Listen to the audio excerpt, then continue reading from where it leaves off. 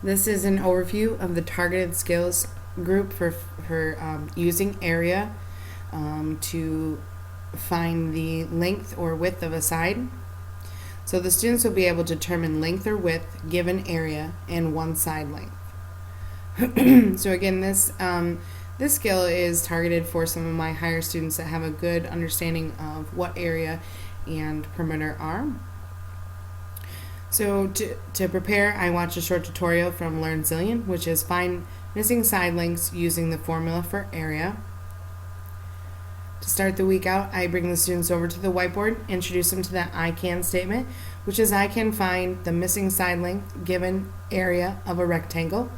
As a group, we go over several examples of looking at how the area can help us figure out what the side lengths are.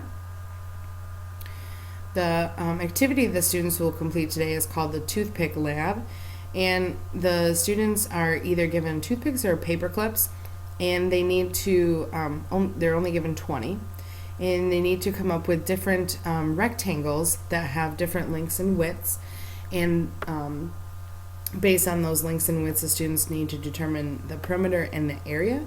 So the students will really see how the perimeter and area may change. And the bottom part, not necessarily necessary for today, but it has them graph those results.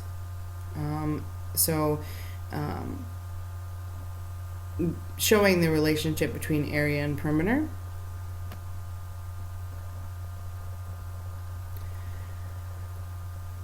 To work independently, the students work on a worksheet where they are given one side length, they're given the area, and they have to determine what the missing value is. Next day, I check in with the students and we go over those problems. I have the students focus on explaining their thinking as to how they solved the problem, what strategies they used. The interactive I found was called Pyramid Panic. It's actually a pretty cool little interactive.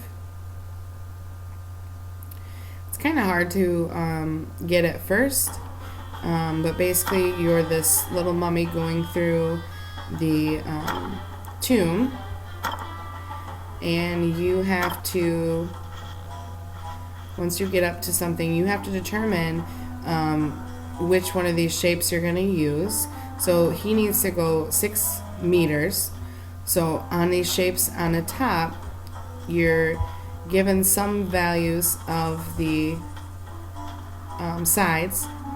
For example, you're given this side is 5, but you're not given this side. So you have to use your their knowledge of perimeter in order to determine the angles, to determine which shape to collect.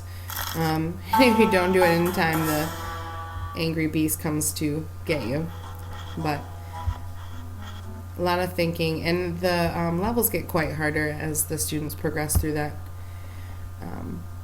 So to end the week, the students complete an assessment where again they're given area and one side length, and they have to determine the other side length.